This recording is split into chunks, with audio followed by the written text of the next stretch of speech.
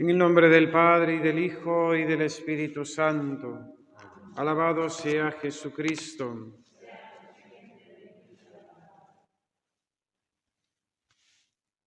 La parábola del trigo y la cizaña que hemos acabado de escuchar es explicada por el mismo Divino Maestro, nuestro Señor Jesucristo, en unos versículos más adelante, aclarando el sentido de sus palabras. Esta parábola del trigo y de la cizaña, en resumen, es el resumen de la misma historia de la humanidad y de la misma historia de cada individuo, de cada hombre, de lo que se da en cada una de nuestra historia particular. Dios crea un mundo y lo crea bueno, y creó al hombre y a la mujer, y lo hace partícipe de su misma bondad. Y entonces, ¿de dónde surge el mal? ¿Cómo se torció el corazón del hombre?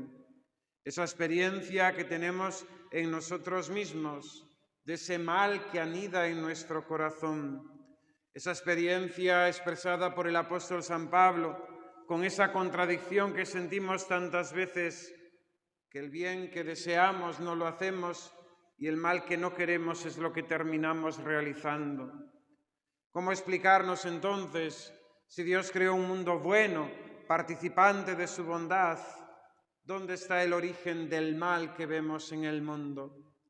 Es la pregunta que tantas veces en los Salmos aparece por parte del justo, del enfermo, del hombre que se ve acorralado de los malos y que continuamente es víctima de las maldades de aquellos que continuamente luchan contra él. Es esa queja a Dios nuestro Señor de por qué prosperan los malvados, mientras que a los justos no le acompañan más que sufrimientos y tribulaciones. Jesús nos da la respuesta. El enemigo del hombre, el enemigo de aquel dueño del campo, vino de noche a sembrar la discordia, a sembrar la cizaña. Vino y creó en el hombre la duda contra Dios, lo tentó, y el hombre libremente, con su voluntad, consintió y cometió el pecado, rebelándose contra su Creador. Así la historia de la humanidad y la propia historia personal de cada uno de nosotros se convierte en un campo sembrado por Dios con trigo bueno, pero donde hay cizaña que es el pecado. Pero llegará el tiempo de la siega, llegará el tiempo en el que hemos de dar cuentas a Dios nuestro Señor. Llegará el tiempo en que vendrán los ángeles y, como dice Jesús en el Evangelio de San Mateo 25, separará a los buenos de los malos, a las ovejas de las cabras, donde los ángeles separarán el trigo de la cizaña. En el momento del juicio se clarificará, se separará, se juzgará con distinto final el trigo y la cizaña. El trigo irá para el granero de este gran Señor que es el cielo, la bienaventuranza. La cizaña, atada en manojos, irá al fuego eterno, ese fuego que no se consume y que tiene un nombre que se llama infierno. El misterio, mis queridos hermanos, es como Dios que todo lo sabe, que todo lo conoce, que todo lo puede y que es bueno esencialmente, consiente que se dé al mismo tiempo el trigo y la cizaña. Como Dios, siendo Dios, consiente que el mal tenga parte en nuestra historia, o lo que es lo mismo, como Dios permite la existencia de los malos. Y para ello es necesario recordar tres verdades de nuestra fe.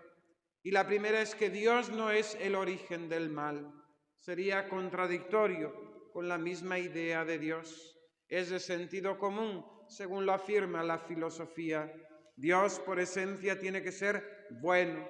Dios no puede ser malo.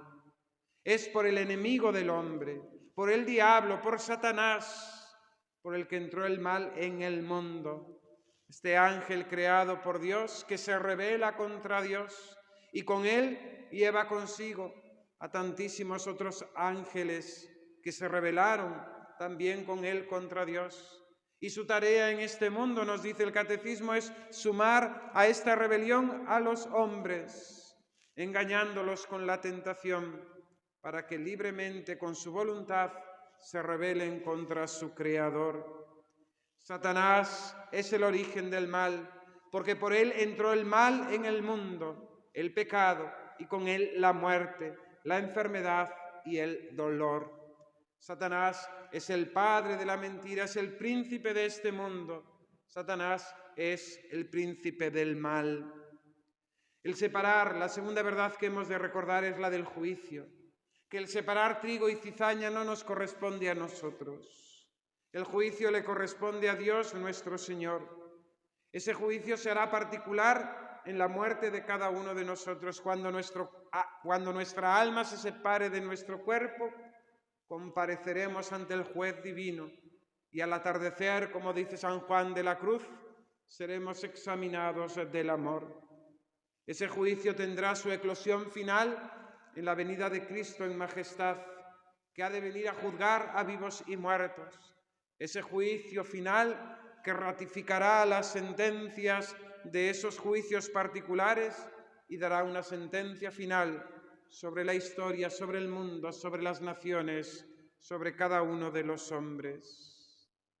Y una tercera verdad: mientras tanto, en la historia de la humanidad, en este mundo, Dios, en su providencia y en este misterio que sobrepasa nuestra comprensión, hace salir el sol sobre buenos y malos. ¿Cómo puede ser? ¿Cómo puede ser que Dios permita que vivan los malos? ¿Cómo Dios no los aniquila en el mismo momento de cometer la maldad? ¿Por qué incluso Dios los bendice y favorece con sus bienes? Y a esto hemos de responder con Santo Tomás de Aquino. Él dice, da 4 razones. La primera de ellas es que Dios permite la existencia de los hombres malvados para que los buenos se ejerciten en la virtud, la paciencia, la humildad, la caridad. Pensad, si eliminamos a los malvados, desaparecen los mártires. Si desaparecen los malos, desaparecerán también aquellos que mediante la paciencia, el sufrimiento, la humildad, la mortificación, hacen crecer sus méritos a los ojos de Dios y van creciendo de virtud en virtud. Dios permite la existencia de los malos para probar a los buenos y para que éstos adquieran mayores méritos a los ojos de Dios. Así los malos se convierten en instrumentos divinos para mayor gloria de Dios. Todo un imperio, Roma, persiguiendo la fe cristiana, se convirtió en instrumento divino para mayor gloria de Dios, pues aquellos miles de mártires que derramaron su sangre confesando la fe en Cristo, dieron grandísima gloria a Dios nuestro Señor y fueron semilla fecunda para muchos otros cristianos, para que aumentara así la fuerza y la gente en la Iglesia. La segunda razón que da Santo Tomás de Aquino, ¿por qué Dios consiente que los malos vivan, existan? Es que Dios permite la existencia de los malos y no aparta de ellos su bondad, porque espera su conversión. Es otra verdad de fe, escrita en la Sagrada Escritura. Dios quiere que todos los hombres se salven, también los malos. Dios quiere que se salven. Y Dios, en su paciencia infinita para con nosotros, espera que la cizaña se pueda convertir en trigo, que el pecador se pueda convertir en santo, que el hereje y cismático pueda volver al seno de la Iglesia y ser un católico fiel. La paciencia de Dios es vuestra salvación, dice, si no me equivoco, el apóstol San Pedro. La paciencia de Dios es nuestra salvación. Porque si Dios dictara juicio y sentencia y la ejecutara en el momento en que nosotros, por nuestra maldad, cometemos un pecado, ¿quién existiría bajo la faz de la tierra? ¿Quién podría decir algo? ¿Quién se libraría del juicio, la sentencia y ejecución de Dios nuestro Señor? Muy pocos, muy poquitos. Decía el santo cura de Ars, alentando a sus parroquianos a la santidad: no todos los santos comenzaron bien, pero todos terminaron bien. Esforcémonos nosotros en terminar bien. No todos los santos comenzaron bien. Veamos un apóstol, San Pedro, que niega a Cristo. Veamos otros santos, grandes pecadores, María Magdalena, por ejemplo, San Pablo, que perseguía a los cristianos. No todos comenzaron bien, pero todos terminaron bien. Esforcémonos nosotros en terminar bien. Dios permite la existencia de los malos para probar y acrecentar los méritos de los buenos, porque espera su conversión. Tercera razón, porque el juicio sobre malos y buenos le corresponde a Dios. Nosotros solamente podemos juzgar acciones externas, pero el corazón solamente Dios lo puede conocer. Cuando yo era seminarista menor, el rector del seminario solía decir una frase que se me quedó muy grabada: ni los buenos son tan buenos, ni los malos son tan malos.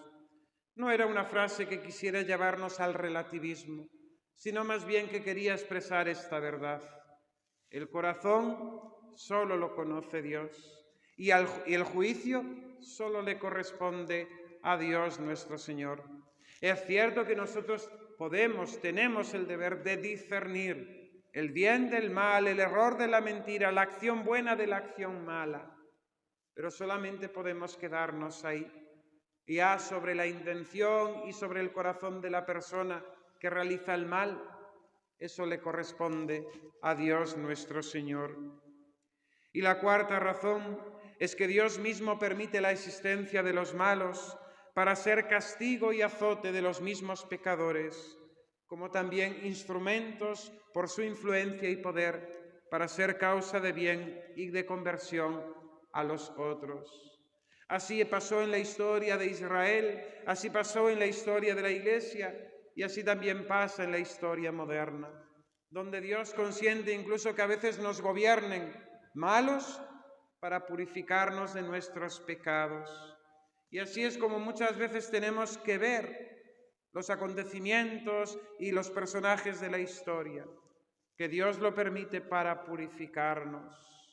Dice el Catecismo Romano que Dios castiga más los pecados de su pueblo, más que con catástrofes y desgracias naturales y económicas, enviándoles malos sacerdotes.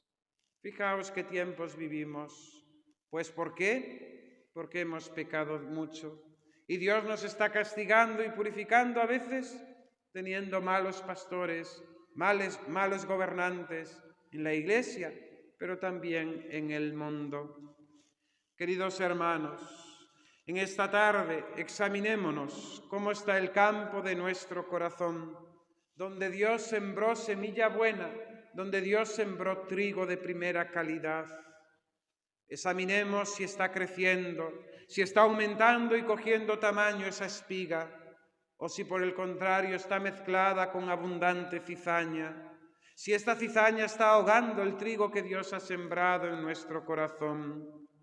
Recordemos que llegará el tiempo en que nosotros también tendremos que presentarnos ante Dios. Llegará el tiempo en que vendrán los ángeles a segar nuestra vida para llevarnos a la presencia del divino juez, y allí tendremos que responder. Ese juicio que cierto es, aunque no sabemos el día ni la hora. Aprovechemos ahora el tiempo que Dios nos ha regalado para arrancar de nosotros esas cizañas que se manifiestan en tantas malas obras, en tantas malas inclinaciones, en tantas malas palabras y pensamientos. Arranquémoslas ahora nosotros que tenemos la oportunidad y dejemos que siembre y que crezca y que aumente el trigo que Dios nos ha dado, el trigo bueno que Él nos ha dado en la virtud. En tercer lugar, suframos con paciencia a los malos. Nos lo decía el apóstol San Pablo en la epístola a los Colosenses: sufríos mutuamente y perdonaos los unos a los otros. Sufríos mutuamente y soportaos los unos a los otros. Hemos de sufrir con paciencia a los malos e incluso hemos de dar gracias a Dios nuestro Señor por tener malos a nuestro lado, porque haya malos que nos quieran hacer mal, porque haya malos que nos metan la zancadilla, porque haya malos que estén continuamente intentando hacernos daño, porque a través de ellos nos purificamos, porque a través de ellos hacemos penitencia por nuestros pecados, porque a través de ellos nosotros podemos crecer en la virtud. Y en cuarto lugar, ejercitémonos en la caridad también hacia estos hombres malos y hacia los pecadores. Nuestra Señora, la Virgen Santísima en Fátima, vino a pedir oración, sacrificio, penitencia por los pobres pecadores.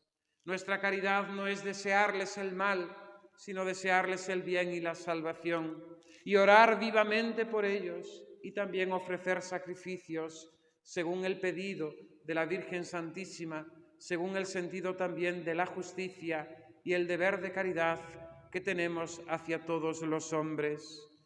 Recemos por la conversión de los pecadores y ofrezcamos también sacrificios por su conversión. Que así sea. En el nombre del Padre, y del Hijo, y del Espíritu Santo. Amén.